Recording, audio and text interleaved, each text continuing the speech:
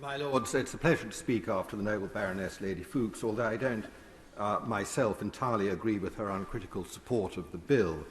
I rise particularly to support the First Amendment in the name of the noble Lord Trees, to which I've lent my name, but also generally to support the other amendments in this group. The characteristic they have in common is the retrospective powers of the committee, the powers of the committee to look back at existing policy and past practice, which clearly causes a degree of concern. My comments are intended to be largely helpful to the government. I've heard it said that the government can't support this amendment or the general thrust of these amendments because, of course, farming practice and husbandry practice go back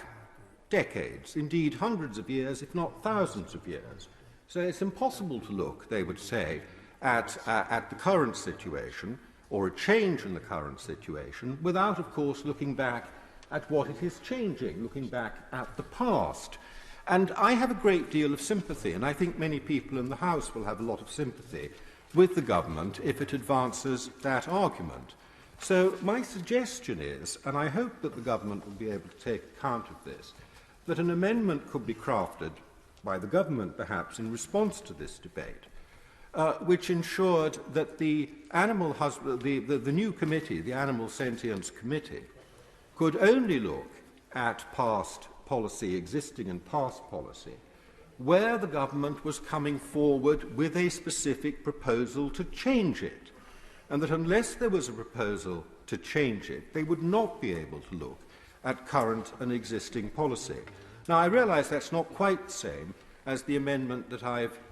put my name to in support of the noble Lord Trees, but I don't think any of us here is trying to pin the government down to a particular outcome, and indeed the noble Lady Baroness Malalieu said that while she was in general support of this, we're coming together around a sort of principle, which is that the ability of this committee to roam into existing policy at will should be limited, and it should be limited in ways that keep it focused on the present and the future, rather than going into the existing, into the past. And if my noble friend could find a way of agreeing something along those lines, I think the force of many of these proposed amendments in this group would fall away.